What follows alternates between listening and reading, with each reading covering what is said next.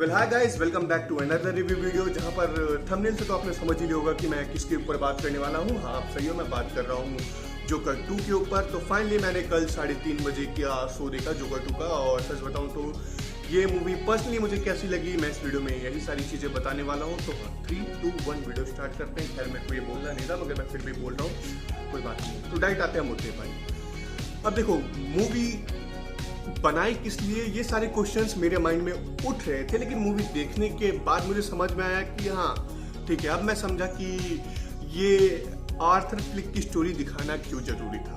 देखो, मैं सच बताऊं तो मूवी की जो एंडिंग है ना, वहाँ पे आप थोड़ा शॉक हो जाते हो कि भाई ये सारी चीज़ें जो अभी तक हम देखते आए एंडिंग में सिर्फ और सिर्फ ये दिखाने के लिए था, क्योंकि एंडिंग बहुत ही ज़्यादा शॉकिंग है। आप लिटरली आप सोचोगे कि भाई ये क्या हो गया। मतलब बनाया तो पहाड़ था, लेकिन बना सिर्फ और सिर्फ माटी का ढेला। हाँ, लिटरली यही है मूवी की एंडिंग। बुरा मत मानना, लेकिन सच्चाई है।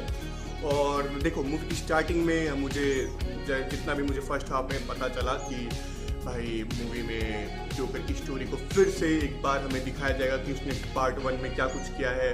वो अभी जेल में है, उसकी जेल में लव स्टोरी दिखाई जाती है मूवी के फर्स्ट हाफ में। और मूवी की सेकंड हाफ का भाई जो पूरा ड्रामा है वो कोर्ट ड्रामा है, आपको समझ में आता है। यहाँ पर इसके फर्स्ट हाफ में हमें जोकर और हार्ली की लव स्टोरी भी दिखाई जाती है कि कैसे वो चीज़ों को इमेजिन करता है, कैसे हार्ली क्विन उसके साथ चीज़ों को इमेजिन करती है। ये सारी चीज़ें हमें इसके फर्स्ट हाफ में दिखाई गई हैं, जो कि हाँ लंबी लगती हैं, लेकिन हाँ बीच बीच में जोकर को बुली करना या फिर अपने आर्थर फ्लिक को पुलिस वाले बुली कर रहे हैं, लिटरली उसका मार रहे हैं, जितना बुरा बर्ताव कर रहे हैं, इन सब चीज़ों से भाई वो काफ़ी ज़्यादा पीड़ित हो चुका है। और यहाँ पर उसके लिए केस लड़ा जा रहा है कि वो इनोसेंट है या नहीं है। ये सारी चीज़ें आपको देखने को मिलेगी। और यहाँ पर मूवी के सेकेंड हाफ की एंडिंग में जो सारी चीज़ें होती है, मूवी लिटरली पूरी तरीके से बर्बाद हो जाती है। मैं बर्बाद क्यों बोल रहा हूँ, इसके पीछे का भी एक रीज़न है। देखो, मूवी कहीं कसर नहीं छोड़ती। सिनेमेटोग्राफी परफेक्ट है, कैरेक्टर्स का परफॉर्मेंस काफ़ी ज़्यादा परफेक्ट है। आपको मतलब मज़ा आ जाएगा। आप ऐसा फील करोगे थिएटर में बैठकर कि आप एक हाई क्वालिटी की फिल्म देख रहे हो।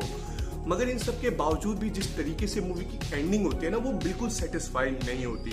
क्योंकि भाई हमने बहुत कुछ होप किया था भाई कि इतनी सारी चीज़ें हमें देखने को मिल सकती हैं, या फिर इसके पार्ट 2 में बहुत ही बड़ा धमाका हो सकता है, लेकिन ऐसा कुछ नहीं होता। हाँ, धमाका होता है, लेकिन जो एंडिंग का धमाका है ना, वो लिटरली आपको शॉक कर देगा। और मैं इसकी एंडिंग से एक ही चीज़ सीख पाया कि भाई देखो, कमज़ोर लोगों की ना दुनिया में कोई जगह नहीं है, ये समझ जाओ।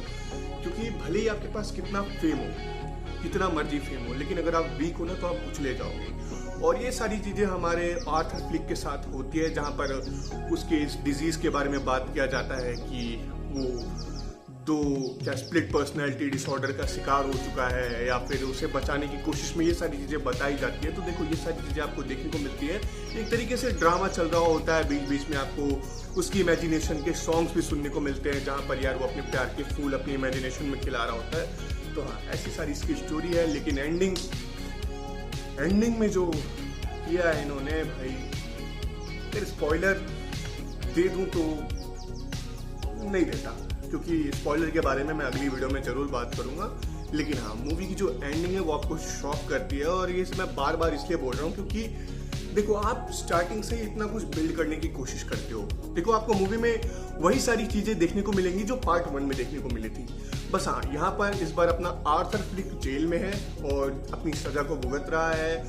उसके साथ जेल में भी वैसा ही बर्ताव किया जा रहा था जैसा वो जेल के बाहर था। मतलब हाँ, कमजोर आदमी कुचला ही जाता है। ये सारी चीज़ें इसमें दिखाने की कोशिश की गई है। लेकिन यहीं पर एक टर्न में इसके फर्स्ट हाफ में आपको देखने को मिलता है कि इसे एक पागल औरत से प्यार हो जाता है, जो कि इसके अंदर के डेविल को पहचान जाती है और वो चाहती है कि हाँ ये वो बने जो है वो। मतलब लेकिन वो सच में वैसा नहीं होता, वो एक कमजोर व्यक्ति होता है। मैं ऐसा इसलिए बोल रहा हूँ क्योंकि आपको मूवी देखने के बाद ये सारी चीज़ें समझ में आ जाएगी।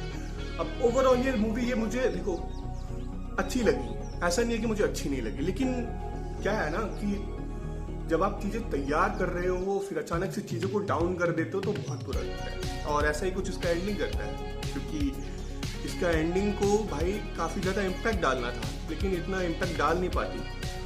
फिर आप सोचते हो कि भाई ये क्या हो गया, मतलब चीज़ें तो इतनी ज़्यादा अच्छी चल रही थी, फिर अचानक से ये सारी चीज़ें क्यों आ गई।